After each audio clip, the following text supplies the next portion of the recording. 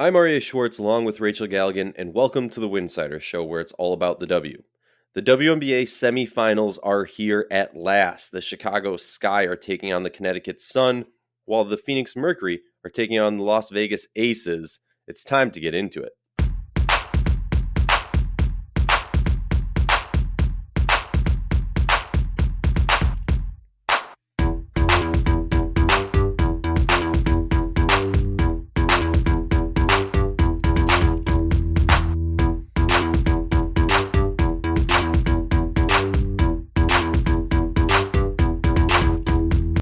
If you like our show, please consider joining our Patreon community, patreon.com/Winsidr. For less than a cup of coffee a month, you can directly show support for the hard work we do covering the W. And don't forget to see our amazing staff's written content over at winsidr.com. Remember, downloading the episode makes our stats look better and allows us to continue doing this important work. If you want to sponsor an episode of the Winsidr Show or contribute in a different way, email us at info@winsidr.com. That's info@winsidr.com. Rachel, it's WNBA semifinals day. Woohoo! It is time to get intense. It's a very complicated time. But before we get into the semifinals, Awards coming out. We got games tonight. It's great. we got everything. Everything. Well, let's talk about these awards. Let's start off with the biggest award. Jonquel Jones takes home the MVP award. Any surprise there by you? No, absolutely not. She 100% had my vote. Connecticut has been the best team, and I think when you talk about how they finished the year, and I'm going to say this for all three of the award winners, because let's be honest, Connecticut swept everything. I just don't know that there's an argument for anyone else above Jones. I mean, obviously, A'ja Wilson has had a phenomenal year. Brittany Griner's had a phenomenal year. Brianna Stewart, if Stewie hadn't gotten hurt, and she's still playing, and Seattle's still playing, and that they didn't really teeter off as much as they did towards the end of the year, maybe it's a different story. But no, it's very clearly Jonquel Jones, and she 100% had my vote. Yeah, like it wasn't even a question in my mind. I think the more interesting aspect about this is where the votes go. And the way the voting goes in the W, I don't know about in the NBA or other professional sports league. The way the voting goes is essentially you're given a list of 5 players and you vote them. And if you say you put Jonquel in the first place vote, that's 10 points. Second place vote is 7 points. Third is 5. Fourth is 3. Fifth is 1. So you can basically rank the players, and that's how the scoring system goes. Jonquel Jones had a total of 487 total points and 48 first place votes. Only 1 second place vote. Somebody put her number 2, which I would love to know who did that. But then the only other person who got a first place vote was Brittany Griner.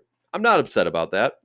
In the order, just based off of total points, based on the total point breakdown that I just explained, it goes Jonquel Jones with like well over 200 points more than Brittany Griner, then Stewie, then Sylvia Fowles, then Tina Charles, and here's the shocker, then A'ja Wilson. Yeah. Skylar Diggins comes in after A'ja Wilson. Aryeh Gumbawali comes in third to last, ahead of Candace Parker and ahead of Bree Jones. I'm confused as all hell as how Aryeh got on this list. I'm not even in a rude way. Honestly, like say the same about Candace Parker with the amount she was injured or whatever. Like I'm cool with the top people, right? But there's some interesting ones. Somebody gave Aryeh Gumbawali a third place vote, which means they had her as the third best player in the league this year. That's interesting. I assume that's a homer. And any shockers for you of people who were included in this or should have been higher in the list in your mind? I think it's absolutely fascinating. Like some of these breakdowns and numbers. I mean, it's all dependent on someone's opinion on what an MVP is. So, I mean, I understand Dallas made it to the playoffs. I understand Aryeh is a phenomenal offensive player. I just don't know. To me, it was very clearly, I think A'ja Wilson is not getting enough credit that she deserves. I mean, with how dominant Las Vegas has been this year, she's played every single game. We all know, with Liz Cambage being out, where the ball is going to go, and I think she's been incredibly consistent now. I think it's fair to say it's not her MVP season, but like to have some of these players above, I don't know. That's how is A'ja Wilson the leading player for the number 2 team in the league place below Tina Yeah, Charles. I Like, here's my thing, and we've talked about this. Rachel and I were both voters, humble brag, whatever.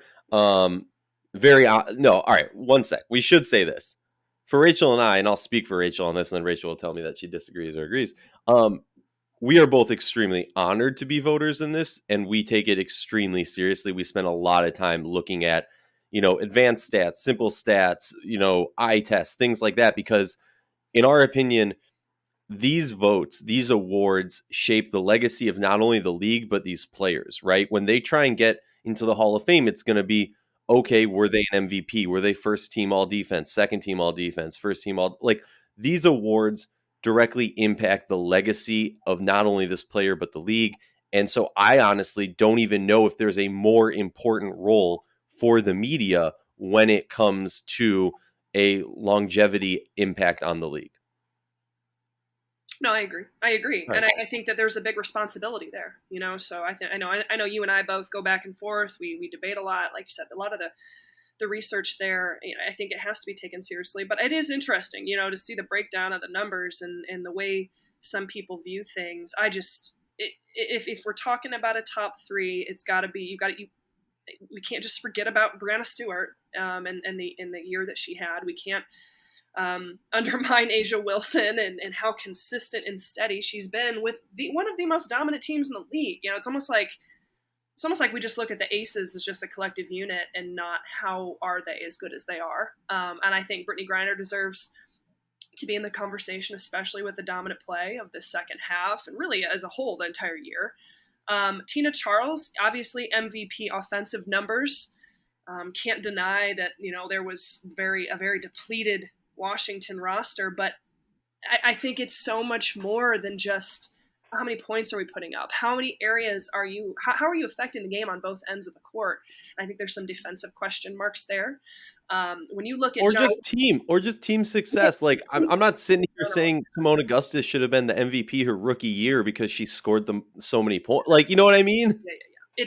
It's got to be, when I look at the MVP, it's the entire body of work, how your team is impacted when you're on the court and when you're off the court, when you're not there, which there's an argument to be talked about with Stewie. There's an argument to be talked about, obviously, with John Cole Jones when she missed those games. But I think that and team success, that's a huge one for me. If you're going to be the most valuable player and how you impact your team, where did your team finish? If you didn't make the playoffs, I'm sorry, you're not getting votes from me. I'm sorry. I just want to say, let's talk about this real quick. We're not going to go into the all team awards because that can take a while. Rachel and I will be doing a whole award episode. Don't worry, fans. But before the second round of the WNBA playoffs, Sylvia Fowles was named Defensive Player of the Year with 31 votes. Very interesting to see who else was on this list. Okay, just of the top players vote wise. Brittany Sykes was number 2 with 6 votes. Jonquel Jones was number 3 with 4 votes, tied with Brianna Turner of the Mercury. Right below her was Brittany Griner with 2 votes, Breon January, and Jasmine Thomas of the Connecticut Sun. So 3 Connecticut Sun players were up there for Defensive Player of the Year, and 2 Phoenix Mercury players, 1 Spark and 1 Minnesota Lynx. The interesting aspect for me is, in my mind, like the biggest competition was Jonquel versus Sil. Right. And I saw, and props to the LA Sparks for getting out all that information and really pushing the Brittany Sykes narrative. I think that's what the PR job and the team's job is to do, right? Is to hype up their own players. So I give them props for that. But the interesting aspect for me is, like, when I was looking at the numbers, it truly came down to Sil or Jonquel. And it was more so in my mind, whatever, we can get into that differently. I just found that aspect interesting. Is that interesting to you, Rachel? Of course it is. Of course it is. And also, let's talk about Brianna Jones. Let's talk about Kurt Miller. I think that Coach of the Year was very deservingly won by Kurt Miller. I mean, I know other 41 votes. Next up was Cheryl Reeve with 6, then Bill Lambier and Noelle Quinn with 1 each. I know that there's an argument to be made for everybody, especially Cheryl Reeve.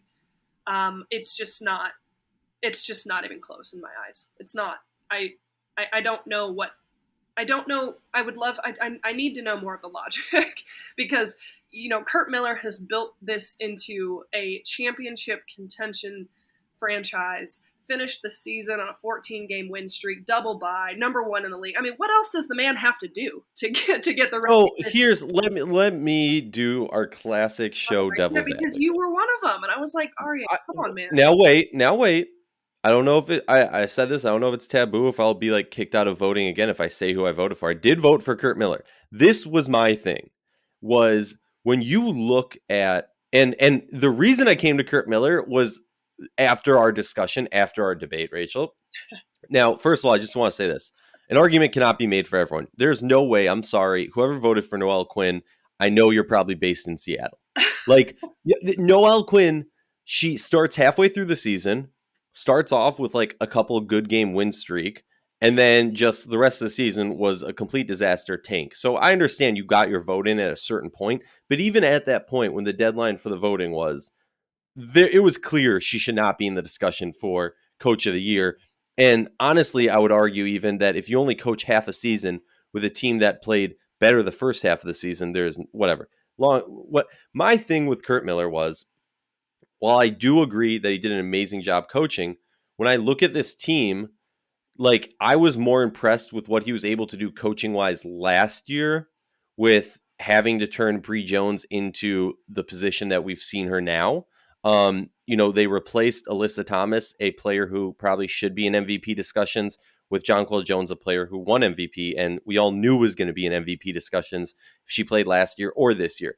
So for me, it was more so like I tip my cap to Kurt Miller more so for like the roster. Obviously, the coaching's well. The defensive end, the stiflingness of the defense is what made me go, you know what? There's no other coach in this league that I'm looking at this season and going, I'm impressed with either offensively, defensively, or overall production, right? But they did what they did without Alyssa Thomas, and you forget that before the season started, being able to make that long-term commitment to AT and play shorthanded the entire year, understanding that okay, yeah, we don't have arguably our one of our top two franchise players, the engine that makes us go. We're going to show that long-term commitment to her. That way we don't lose her to somebody else, play shorthanded, and still have the year that they've had. Come on, man. I mean, honestly, that decision didn't get as criticized as much as I actually thought it might. And it worked out. I mean, and that's the cool thing. Like that was at that point, I remember talking to Kurt and him being like, "This people are gonna think I'm crazy. People are gonna think I'm crazy," and that was a tough, you know, decision to make. Especially when you're talking about a season and you knew John Clell was going to be gone for parts of it. I just think that decision alone, and now obviously we have AT back, and that's great. Happy to see that she's recovered and phenomenal that she's even out on the court. Now I don't know that anyone expected that at that time, but the decision to keep that long-term commitment and play shorthanded this year and still have the success with this roster is absolutely phenomenal to me. And I'm very impressed with the job that not just Kurt, but his entire staff has done. No, so I agree with you. I say this though, and this is I get very particular. Everything you said, I completely agree. I'm not disagreeing, but a lot of that in my mind is attributed to and this is a huge compliment, don't take it the wrong way. Mm-hmm. His ability to mesh GM Kurt and head coach Kurt. Sure. We see it all the time as an issue. GM Kurt might say, we need Alyssa Thomas for the long term, Mm-hmm. but we also can't play, only 8 deep for the whole season. Yeah. But Coach Kurt goes, we've been playing 8 deep for my whole tenure as a head coach. We'll be fine. You know what I mean? Like I saw it more so, and there's not an award for it. And that's where it got particular for me, where I felt like some of the things that put him over the top to be the clear favorite for coach of the year were also aspects of his GMing. Now, that being said, as I said to you when we were arguing about this, I wasn't just going to give it to Kurt, but there wasn't anybody else that had a real argument in my mind to win it. And that's when it became obvious that it was Kurt. Above. Yeah. I mean, it's just, yeah. It's how do you put someone else above John Paul Jones after the body of work that she put together this year? You just can't. Well, so this is the one that I'm particularly peeved about. Brianna Jones wins most improved player, 38 votes. Right below her, Kelsey Plum with 8 votes, Marina Mabry with 2, and Benai Jelani with 1. Benai Jelani I find hilarious getting 1. Did she improve from last year? Yes. Was it as large a jump as some of these other players? Not in my mind at all. Like, whatever. Marina Mabrey, I'm very proud and happy that she got some votes. I think she probably should have gotten more votes, but that end of the season and her not starting definitely hurt her. Yeah. My vote was for Kelsey Plum. Mm-hmm. And the reason I went for Kelsey Plum over Bree Jones is when you look at just a year by year comparison. And I know what the argument about like teams now are game planning for Bree Jones when they weren't last year. But what we saw from Bree Jones in the bubble, in the wubble, the growth from 2019 to 2020 was, in my mind, exponentially better than what we saw from 2020 to 2021. That's what my beef is. It's not a knock to Bree Jones. I just think she's already made that Yeah, improvement. when you look at those And, specific numbers from year to year, I understand what you're saying. yeah, and we're basically giving her an award because she didn't win it last year, because Benai Jelani was so good last year. But if you look at Kelsey Plum, and granted she didn't play last year due to the Achilles injury, but you look at Kelsey Plum and you go, well, from the last year she played to this year, now that's a big jump. That's my take. No, I think that out of all three that we've talked about today, that came out today, I think that's the one that really deserves some warranted debate, and I think that has the most room for discussion in terms of whether it ends up being Mabrey. I think that there's this very strong argument there. Mabrey had a phenomenal year. I mean, Kelsey Plum as well. I mean, I honestly question some of the respect that Las Vegas is kind of, they're flying under the radar right now a little bit in some ways. But I also think that some of those awards are going to come out. Sixth Woman of the Year, I think I would be shocked if that's not Plum's. Yeah, most improved. I agree with you. I think that there is definitely room for debate and discussion, and especially when you sit down and look at those numbers specifically. Shout out to you. You really brought that up to my attention. I was like, you're interesting here. But that's not to discredit the role that Brianna Jones has stepped into. And I think for me, it's the way she's carrying herself out on the court and the type of player she has become and evolved into. It's a steady progression from, now last year was a big jump. Now this year, with JJ back on the court the majority of the season, and Brianna Jones still has the year that she has, you would have thought there could have potentially been a dip or not as much production because JJ's now back with this team. So I think that, again, we could talk about this until the cows come home, but there is, I agree, there is room for more discussion on that one for me. Side note, like going into the season, talking about the Sun, a big question mark in my mind, I believe you semi-agreed with me on this, was how the pairing of Bree Jones and Jonquel Jones, or JJ squared, I don't know, whatever, how all of that would work. But now I find, and similarly with the Aces, how Asia and Liz are going to work, and I find it amazing and hilarious just in the history of the W, as everyone's trying to push this stretch five, Lauren Jackson and Lisa Leslie are the greatest bigs of all time. We're seeing a resurgence of the importance, and heck, even BG and Brianna Turner. You know what I mean? Like, honestly, the Sky are the only team in these playoffs that don't have that like typical true big. Sure. And you could say, oh, Steph Dolson, fine, but she shoots too many threes and wants to shoot too many threes for me to fully. And then obviously there's nuances to it, but it's just something interesting, I think, just, trend wise. All right. Now I just want to put this caveat out there before we jump into the Sky versus the Sun. And you can jump on this caveat if you want to, Rachel. I'm trying not to fall into the trap of picking the lower seeded team because of we recently saw them play. You know what I mean? Because like we go into these series, and I feel like it happens often during this playoff format. We go into this series, we see these teams that have played recently, and we're impressed by what the Sky did against the Minnesota Lynx. We're impressed by what the Mercury were able to do the past two games.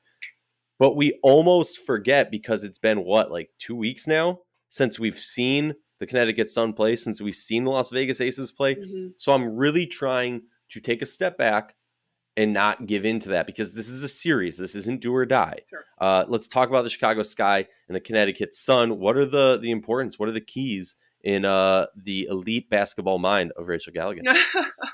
Oh, that's quite the compliment there. Thanks. No, I really think I completely take it back. I actually have a piece that's coming out like right now. I hope everyone likes it. Go check it out. I like to put my thoughts together sometimes. obviously I'm a big fan of both of these teams. I think what's fascinating about this is the Sky did beat Connecticut twice in the regular season, but without Jonquel Jones and without Kurt Miller. That was at the period of time where Kurt was back home kind of tending to his mom. So not only does Connecticut look completely different, the Chicago Sky look completely different, as to who they were back in July. So I think that this is really unique from a standpoint of neither team has seen each other at full strength, if you will. And I mean, in terms of, I was talking to James Wade, and in terms of like even the scouting reports, I said, so like, how much can you even look at that film without Jonquel Jones on the court and it really strategize? He's like, yeah, I mean, it's kind of tough. You've got to be able to take some action out of it. You kind of take some personnel pieces, but you're right. In some ways, you kind of have to just throw that out because the presence that she brings on the court for Connecticut, and let's not forget Alyssa Thomas too. Having those two back on the court, I mean, it's a whole different ballgame. So, and another thing I thought was fascinating, and Kurt brought this up in his press conference yesterday. He said, in a lot of ways, having that double bye is great for rest. I'll make an argument that sometimes that double bye, it's almost too much rest. Like Chicago might have a little bit of an advantage. Like they've got their legs underneath them. They've got a flow going right now. Wouldn't be surprised if it took Connecticut a little bit to kind of get going. But Rachel, real quick, not to cut you off, when you say, I completely agree with you on that, is like, do you see that for the whole series, or is that just like a game one thing? No, just like a game one thing, Okay. and whether it's a nervous jitters or just, the first quarter, and, and honestly, it may not even happen at all. I think that's an interesting thing just to I'm always aware of like, okay, they haven't played in 9 days. Chicago just played a couple days ago. How does that play a factor, if any? And it may not. But you have seen at times where like, you see this a lot in college, and a lot of us coaches would talk about, you get that double bye in the conference tournaments, and teams are iced. They just come out flat. They're iced. They almost had too much rest. Now, I don't think that's talked about as much in the WNBA. Maybe it is, maybe it isn't. But I think it's an interesting thing to just kind of be aware of, and kind of see like, how does Connecticut come out of the chute compared to Chicago just playing 2 days ago. But impact on the series, that's not in my opinion, that has no factor. So Kurt was saying that, obviously the coveted double bye is great. You get rest and you can kind of focus on yourself. But from a game planning perspective, it's not an advantage because, we're sitting there and we didn't know until literally late on Sunday night who we were going to play. So we're doing scouting reports on all three teams, trying to strategize who we might potentially face. Whereas Chicago knew if we win, we're going to play Connecticut. So there's kind of almost a little bit of an advantage to Chicago in ways of knowing in advance who your next opponent might be. And I thought that was interesting. I hadn't thought about that before. Anyway, I think that this is going to be really fun. I think it's going to go to 5. I think Chicago's playing their best basketball right now. There's no doubt about that. They're defending as best as they have defended all year. And I think that is obviously extremely important. I mean, when you're looking at two teams like Chicago's ability to push the ball and push the pace versus Connecticut, who wants to kind of slow it down and really grind it and make you work for everything that you have. It's two contrasting styles of play, and I love that. I think that, Connecticut has got to keep their turnover numbers down. It comes down to transition defense for them and being able to keep up with Chicago. They've got to be on par. Chicago's got to be able to defend and match up with JJ and rebound. For Chicago, they can't have careless turnovers, especially, late in the game. At times it kind of feels like it has been an Achilles heel for the last few years at times. But I think this is a really, really, really interesting matchup. I have Connecticut winning it all in 5 just because, again, that overall consistency standpoint, Chicago has not shown me enough this year to talk about consistency. Yeah, I mean, look, after the second round, we did our gut reactions. It seems like you're sticking with it, Sun in 5. I'm very compelled to stick with Sun in 4, Sky winning the first one because of that consistency. Mm-hmm. It's tough to know in a series what we're going to get out of the team.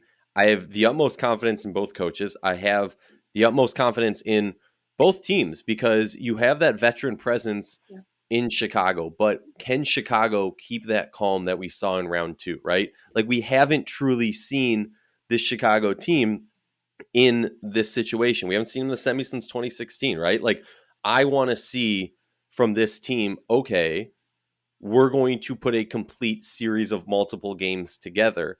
And that's why I'm going to cop out and I'm going to stick with Sun and 4. Like, I think the Sky come out firing, but I don't know if I have enough faith consistency wise to see them do it for 3 full games to win that series and to do it before, the Sun are able to do that. So Right. that's where my question is. I completely agree. I think for me it's an amazing battle because it's the defense for the Sky, it's the question mark, and the offense for the Sun. And completely agree, could not agree more with what you're saying about the transition game. That I think that's going to be the thing. If you're a fan watching this series, watch transition points. I know it's not a stat that's easily accessible because the announcers don't always say it. ESPN doesn't have it, so you got to go to some advanced stat site to get that. But that's going to be the kind of the singular stat that I'm going to keep my eyes on: turnovers and transition points, And because yeah. it's literally going to come down to that. Yeah, yeah, and I mean, and that goes with both teams. I mean, Chicago's got to be able to get themselves going quickly. To have that confidence early on, to see the ball go through the net, to be able to get out and run and play the way they want to play. And how do you do that? Well, you've got to allow your defense to translate to your offense, and that's getting up and being aggressive at that point of attack, right? Getting up into passing lanes, turning Connecticut over. Kind of what they did to Minnesota. I mean, they punished them on turnovers, converting those to points, and easy points. So I think if Chicago can get started fast and early, not just in game one, but in the series, you can't get down 2 games. You're done. You're done at that point. So Chicago has got to steal one of the, I mean, I would say they probably need to win tonight to have a shot in this series. That's what I'm saying. But to be able to get out early and see the ball go through the net and have that confidence, allowing that your defense to feel the offense is huge. There was a line from Sue Bird when she was mic'd up coaching. That was a joke. Coaching the Seattle Storm against the Phoenix Mercury, and there was a point where she said, when she was mic'd up, she said, they're going to eventually miss a shot.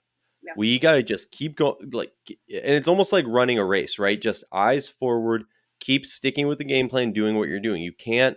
I think often, especially in series or when you're going up against really good teams, it's very easy to fall into the trap of saying, hey, this isn't working, change the game plan right now mid-series. And that sometimes is called for, but a lot of times it's not going to work. All right, well, we did our prediction, so I don't even need to. Do you think, actually, you know what? You said it's going to 5. I think Chicago wins tonight. I'm sticking with a Chicago victory. What about you? That would be big. I don't know. There's no doubt that Chicago has the pieces, the talent to go win a championship. Like, if they were to just completely click on all cylinders and just set the world on fire and rip through these next few weeks and win a championship, like, it would be secretly the Illinois girl in me would be just blown away and excited. Not blown away because I'd be shocked, but just, it would be really cool to see. Then I come back to the logical me and who this team has shown us to be throughout the year. I think they're going to make it very, very, very interesting. I think Connecticut will win tonight. Chicago might steal Thursday, but I still think the Sun are just going to be too much. I have the Sun tonight. All right, I'm writing it down. Let's move on to the Mercury and the Aces. What are the keys to you? Whew. I think obviously this is a great matchup with so much star power on the court. I mean, it's like overwhelming, with like Phoenix and their roster. And, I mean, look at Las Vegas. I think anytime we're talking about Griner and Cambage going head to head is great. Cambage, is expected to play. She's still coming back and getting herself into game shape. And so will be a little bit restricted in terms of the spurts in which she can play in. But I mean, anytime you see Griner and Cambage going toe to toe, I mean, it's like this neutralizing effect of just dominance, right? Who's going to assert themselves as the most dominant post player, in the paint in this series? I think that's always so much fun. Love that.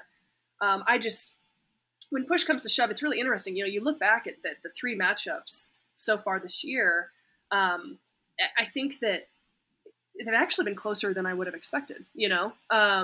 I think Phoenix did steal one. There was an overtime game in there. You had the GC Park block, which was super exciting just a few weeks ago, it felt like. So This is a good matchup. I just feel like Las Vegas has so many weapons, and I question the depth of the Mercury. You know, they've been tested very tough these first two single elimination games, right? It took Sophie Cunningham having a career night offensively to push Phoenix in round one, and then you know we saw that game the other night that ended up going to overtime. You know, it easily could have gone the other way. So I think that fatigue plays a big role in this.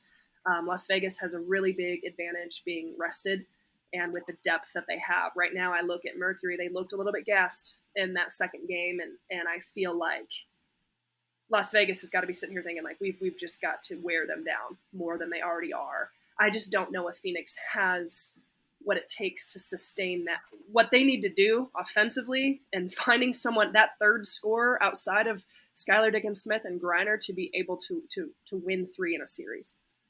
Yeah, no, I feel like you're reading my show notes. I think, every game we talk about the Mercury, the key is rebounding, no question. Like which BG is going to show up. But what I saw from the Mercury in those two do or die games is a series style game in both of them.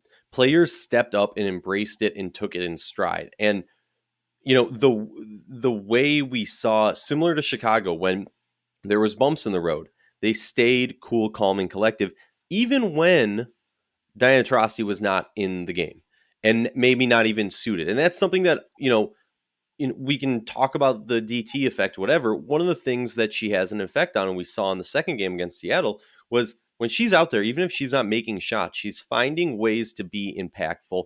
And that's the key aspect. That's what I like to see. Having Diana Taurasi as a role player, the third, maybe even fourth scorer on your team, is such an important aspect. I agree with you. They looked gassed. It's going to come down to that.